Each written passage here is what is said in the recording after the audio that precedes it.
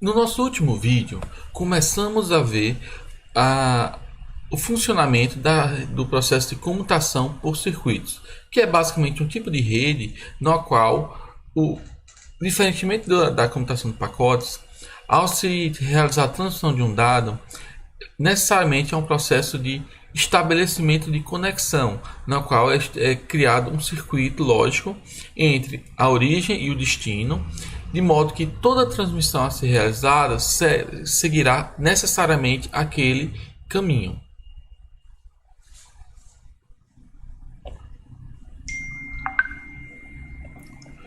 Um outro aspecto ainda relacionado à computação por circuito diz respeito à multiplexação realizada nesse tipo de rede, onde multiplexação é basicamente o processo de divisão do recurso entre os diversos usuários que farão uso dele.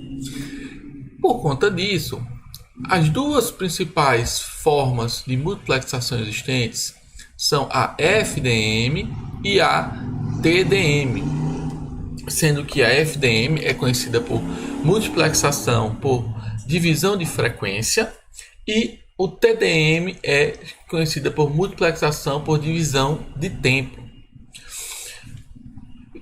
Basicamente, a diferença que é entre eles seria a seguinte: vamos considerar que nós temos uma rede por multiplexação de frequências.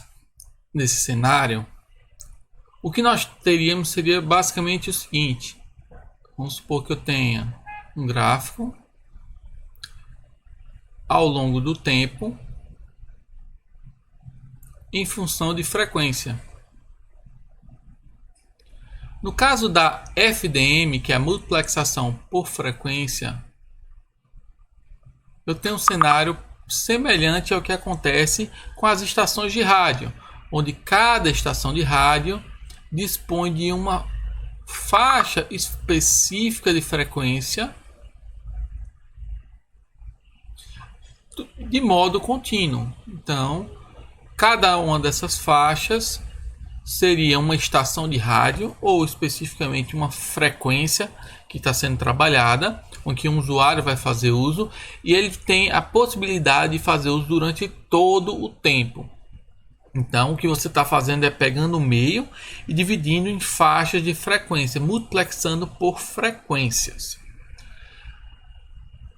Outro modo, no qual seria o TDM, o que nós vamos ter é uma divisão por tempo. Então, vamos ter o mesmo gráfico, frequência em função de tempo. Só que agora o que vai acontecer é que cada usuário ele vai ter um pedaço. Eu vou dividir o meu tempo em diversas faixas, onde cada faixa dessa é chamada de slot. E aí durante esse slot, esse usuário ele vai ter todo o espectro possível para fazer a transmissão. Então, vamos supor que no primeiro slot seja o usuário U1, depois o 2, o 3, eventualmente voltaria para 1, para o 2 e assim sucessivamente. Então, o que diferencia entre ambos é no FDM você vai ter faixas distintas de frequência, onde em cada faixa o usuário ele tem todo o tempo de modo contínuo para fazer uso. Já no caso do TDM, o que vai acontecer é o seguinte: você vai dividir em faixas chamados slots de tempo, e cada um desses slots de tempo você vai chaveando entre os vários utilizadores desse recurso. Claro que ambas essas formas não são as duas únicas formas possíveis. Você pode ter outras, inclusive combinações entre elas. Só que essas são, de certo modo, a base para a geração de outras tecnologias. Por isso é tão importante a gente conhecer essas duas formas de multiplexação. É importante a gente ter em mente que, embora a computação de circuitos ainda predomine nas redes de telecomunicação, a tendência é que tudo evolua para a comutação de pacotes. E é importante a gente pensar que esse livro que mostra essa fonte, ele é de 2014. Na verdade, hoje a gente já está evoluindo já estamos vivendo a rede 4G e já estamos em processo de implantação das redes 5G, no qual é realmente puramente pacotes. Então, essa afirmação feita é algo que era verdade em 2014, mas já está bastante evoluído nos dias de hoje.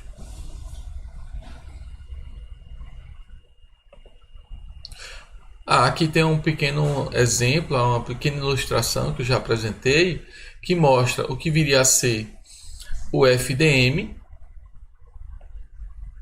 embaixo o TDM, onde FDM você vai utilizar uma faixa de frequência, e essa faixa de frequência é o que nós damos o nome de largura de banda.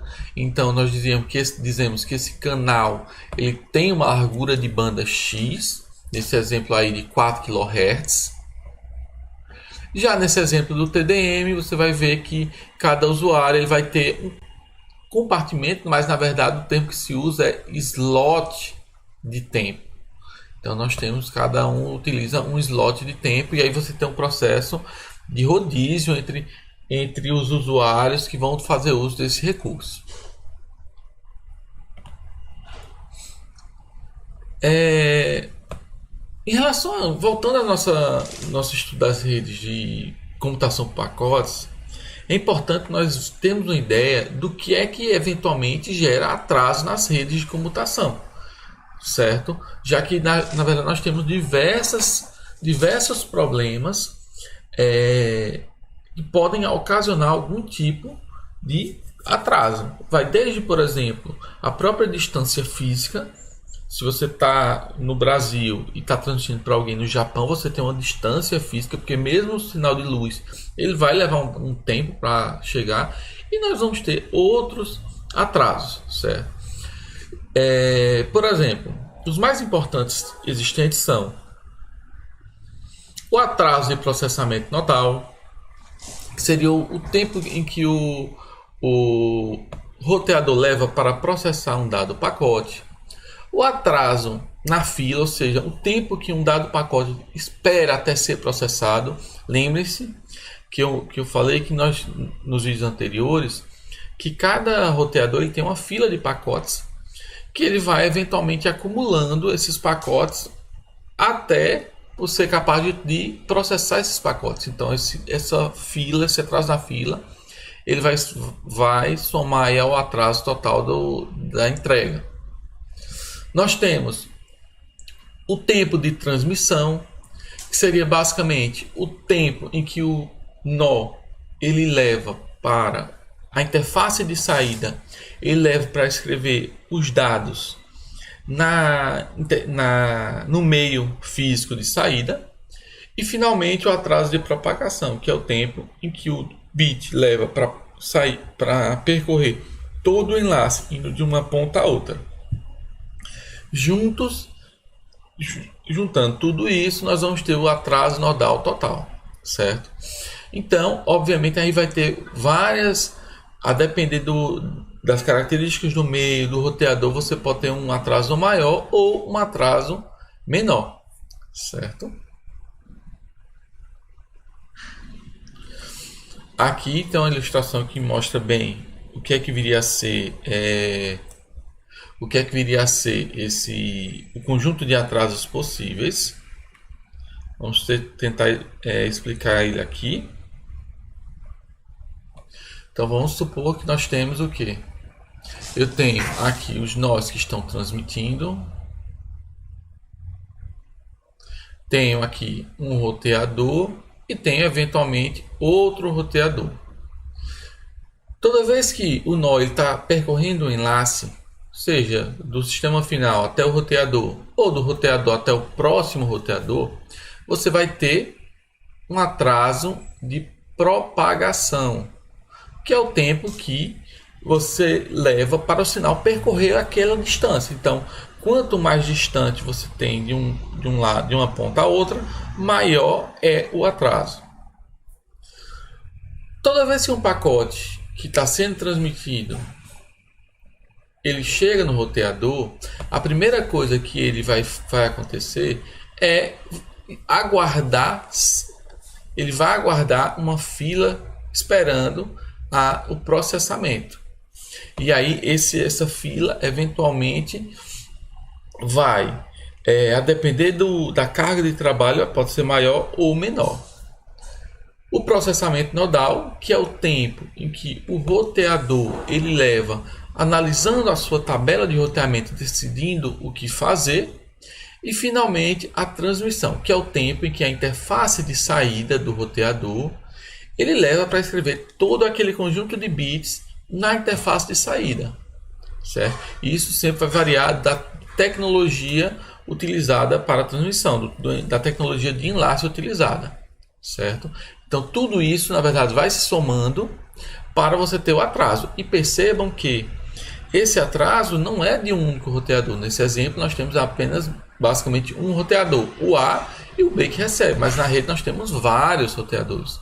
Então na prática o atraso que nós vamos ter de transmissão é o atraso do dado percorrendo cada um dos roteadores e cada um tendo um tamanho diferente de atraso.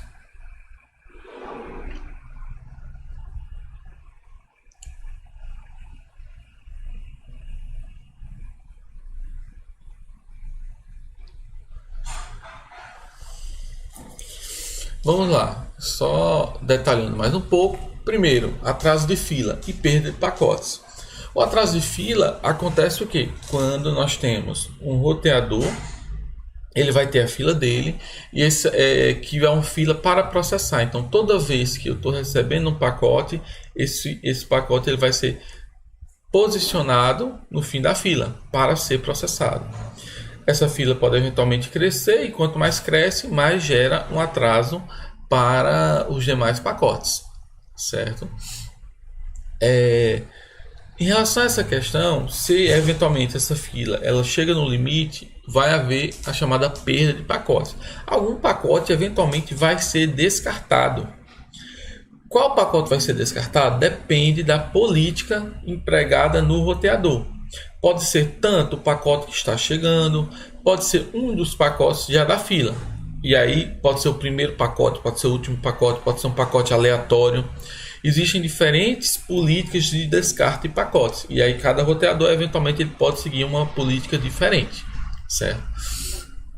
É muito importante quando você for eventualmente projetar uma rede, você possa de certo modo estabelecer a carga de trabalho da tua rede, para que você possa de certo modo prevenir que você tenha uma carga maior do que a utilizada.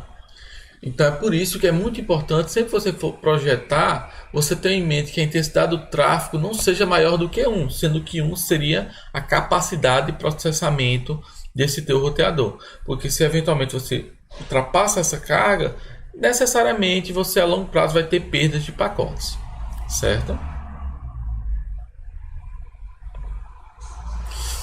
Então aqui é só um exemplo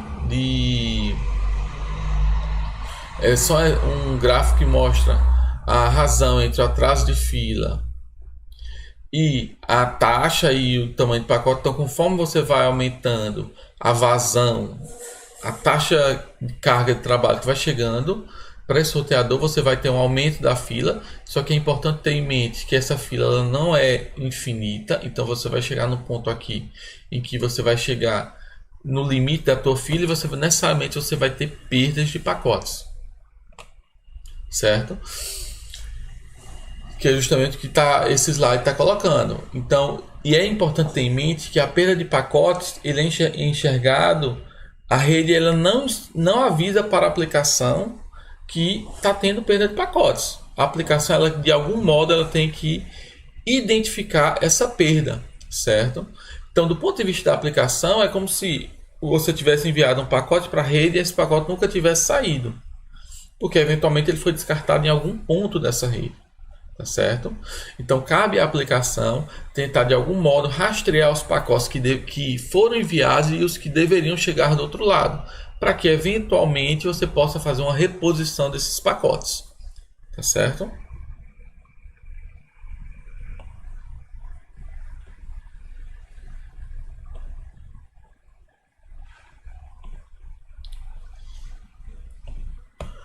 E aí, o outro conceito associado também é o conceito de vazão, que seria basicamente a velocidade de transmissão, a quantidade de dados que você pode transmitir de um usuário para outro. E é justamente a vazão que é a principal métrica quando a gente contrata um provedor. Eu quero contratar um provedor com vazão de 10 megabits por segundo, 100 megabits por segundo. Muitas vezes a gente fala, quando vai contratar, eu quero a largura de banda X, quando na verdade o conceito de largura de banda, como eu já expliquei previamente, ele diz respeito a outra coisa, certo? Então vazão seria basicamente a velocidade de transmissão, a velocidade de transmissão. E como é que a gente mede isso? Por exemplo, na transmissão de um dado arquivo, sendo que esse arquivo, vamos supor que ele tenha um conjunto F de bits, ele vai ter um conjunto e ele leve um conjunto T de segundos, então a nossa vazão vai ser F sobre F dividido por T bits por segundo, certo? E aí é muito importante a gente ter em mente que quando a gente mede vazão, a gente mede em uma razão de bits por segundo, certo? Megabits por segundo, kilobits por segundo, gigabits por segundo e assim sucessivamente. Diferentemente do que a gente mede quando a gente está trabalhando com armazenamento, que a gente mede em bytes. Então, megabyte, kilobyte e assim sucessivamente. Então, quando você diz que a vazão você contratou uma vazão de 1 megabit por segundo, não quer dizer que você vai transmitir 1 megabyte de dados por segundo. Tem sempre que fazer as continhas para verificar quantos de fato bytes você consegue transmitir. E aí, uma coisa interessante é o seguinte: qual é a vazão da minha rede? Vamos supor que eu tenha do meu cliente para o meu servidor, eu tenha diversos enlaces conectados, como por exemplo nesse cenário aqui. Nesse primeiro cenário, eu tenho 2 enlaces com vazões distintas. Qual é a vazão que meu cliente vai conseguir? Vamos supor, pensar um cenário ainda mais complexo. Eu tenho vários enlaces, cada enlace com uma vazão distinta. Qual vai ser a vazão final que eu vou conseguir? É a maior? É a menor? É uma média? A vazão que a gente vai conseguir sempre é a vazão mínima, ou seja, o mínimo valor entre todas as vazões associadas. Então vai ser o mínimo nesse caso do RS e do RC. Então a menor vazão possível, a menor vazão aí dentre esses valores vai ser a maior vazão possível alcançada. Então vamos supor que nesse caso a vazão RC seja a menor. Então RC vai ser a menor vazão. Então a vazão de transmissão entre o cliente e o servidor vai ser RC. E aí essa menor, o enlace de menor vazão possível, ele é chamado de gargalo da rede. O gargalo da rede. E aí por que gargalo? Porque se a gente olhar, por exemplo, o que é o gargalo de uma garrafa, é justamente a menor parte por onde vai passar o líquido, certo? Então é de onde vem esse conceito de gargalo, certo? E aí então, por exemplo, vamos supor que eu tenho esse roteador aqui, que ele na verdade ele recebe várias conexões de vários diferentes locais. Então, de certo modo, ele seria o cara mais sobrecarregado dessa rede. Então, necessariamente, se de fato esse valor aqui for o menor de todos, aqui vai ser o gargalo da nossa rede, certo? Então, olha lá. Então, vamos olhar esse modelo aqui, esse exemplo aqui. Vamos supor que eu tenho uma rede. Eu tenho, na verdade, uma rede que vai ter vários servidores transmitindo para vários clientes.